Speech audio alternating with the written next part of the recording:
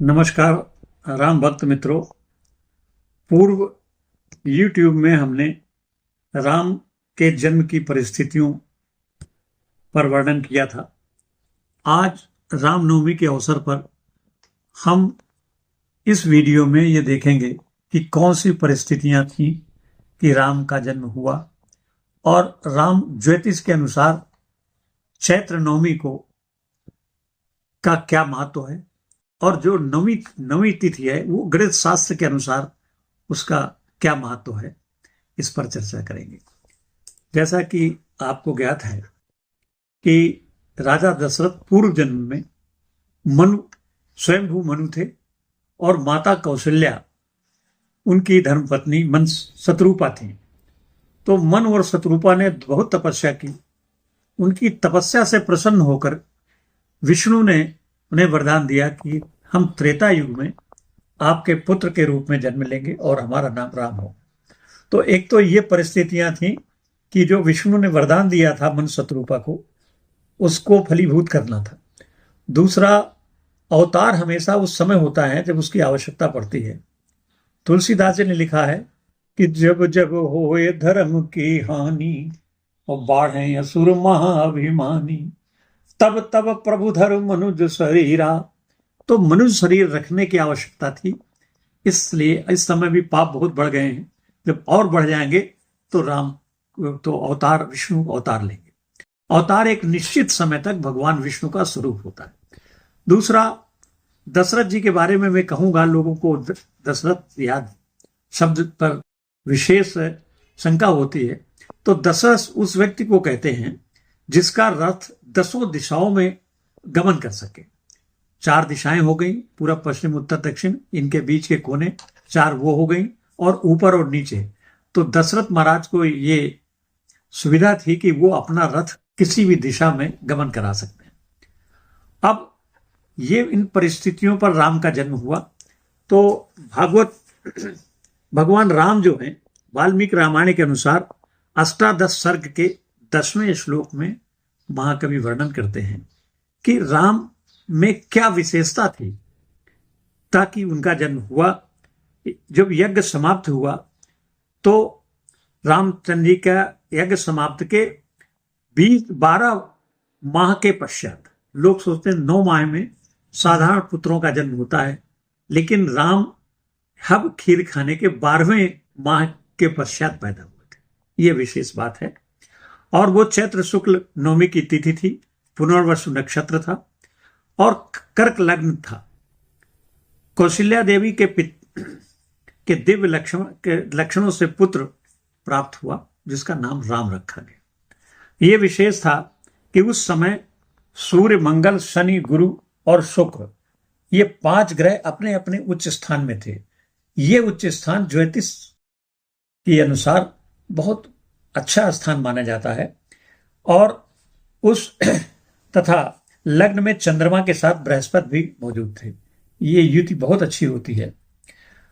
अब अगले श्लोक में राम का वर्णन करते हुए महाकवि वाल्मीकि लिखते हैं कि राम के नेत्र कुछ लाल थे और उनकी भुजाएं टखनों तक पहुंच, आजान बाहु थे, लंबी भुजाएं थी, और उनका स्वर जो है दुंदुभी के समान सुनाई देता था। ये राम के जो रामचंद्र जी का जन्म स्थान अयोध्या में जो स्वरूप बनाया गया है, इसी श्लोक के कारण राम की आंखें कुछ लाल बनाई गई हैं, होठ लाल बनाए गए हैं। वैसे तो श्यामल वर्ण है उनका, लेकिन आंखें विशेष रूप से लाल जो बनाई गई हैं, वाल्मीकि ऋषि के वर्णन के अनुसार बनाए। तो ये परिस्थितियां थी कि राम नवमी को पैदा हुए और दोपहर को पैदा हुए, सब संतुष्ट था और यहां पर सारे मंगल कार्य हो रहे थे, तब राम पैदा हुए। अब राम नवमी, जो राम नवमी को पैदा हुए, तो गणित शास्त्र के हिसाब से 9 बहुत महत्वपूर्ण अंक है। चूंकि मैं गणित का विद्यार्थी रहा हूं और आधे से अधिक समय अपने जीवन का मैंने गणित में बिताया, इसलिए मैंने गणित शास्त्र का अध्ययन किया। तो तुलसीदास जी ने अपने स्फुट दोहों में लिखा है कि तुलसी राम स्नेह करु त्याग सकल उपचार, तुलसी राम स्नेह करु त्याग सकल उपचार, और जैसे घटत न अंक नो नो के लिखत पहाड़। अगर तुलसीदास जी कह रहे हैं कि 9 का पहाड़ा कभी घटता नहीं, 9 अंक हमेशा मौजूद रहता है, 9 इकाई का पूर्ण अंक है, इससे बड़ा कोई अंक नहीं है, और यह मर्यादा का अंक कहलाता है। इसका अर्थ है कि जैसे घटत न अंक नो नो के लिखत पहाड़, 9 का अगर हम पहाड़ा लिखें तो 9 एकम 9, 9 दूनी 18, 18 में 1 और 8 है, तो 1 और 8 9 होता है, 9 तिया 27, तो 2 और 7 9 होता है, 9 चौको 36, 3 और 6 9 होता है। इसी तरह अब आप पहाड़ा लिखते जाइए, 11 से 9 को गुणा करेंगे तो 11 नंबर 99, 99 में 9 और 9 आया, फिर इसको जोड़िए तो 18 आ जाएगा, 18 में फिर 8 और 1 9। इसी तरह किसी भी कितनी बड़ी संख्या को 9 से गुणा करें, जो फल प्राप्त हो उसके अंकों को जोड़ें, अगर वो दहाई का नहीं और फिर जोड़ें, आखिर में 9 अंक ही प्राप्त होगा। तो राम का ये चरित्र ऐसा है कि जो कभी घटता नहीं। तो इस समय ये पूर्ण अंक है। दूसरा, राम का अर्थ क्या है?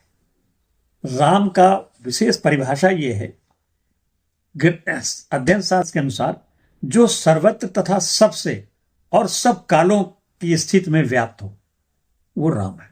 रमन, रमा से बना है राम, रमनते योगी नाम चिंतन, अर्थात जो सर्वत्र तथा सबसे और सब कालों में स्थित हो उसको राम कहते हैं। हम भाग्यशाली हैं कि हम राम के जो मंदिर बना है उसके प्रत्यक्षदर्शी हैं, और राम के अगर हम राम का पूजन करते हैं तो हम आदर्श पुरुष का पूजन करते हैं। और राम राजनीति में बहुत आगे थे। वर्तमान में जो राजनीति चल रही है, यदि हम उसका अनुकरण करते हुए राम राज्य की स्थापना कर सकें तो ये हमारा आदर्श होगा। और इस रामनवमी में मैं आपको सभी बाधाओं से मुक्त होते हुए राम के प्रति अनुराग करने और भक्ति करने का आह्वान करता हूं।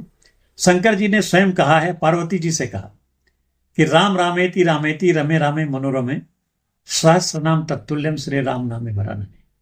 हे वरानने, सुंदर मुख वाली स्त्री, राम का नाम लेने से, ये मंत्र पढ़ने से राम के 1 सहस्त्र नामों के बराबर फल होता है। तो इस रामनवमी पर मैं आपसे आह्वान करता हूं कि आप इस मंत्र का जरूर जाप करें। ये राम रक्षा स्तोत्र का मंत्र है।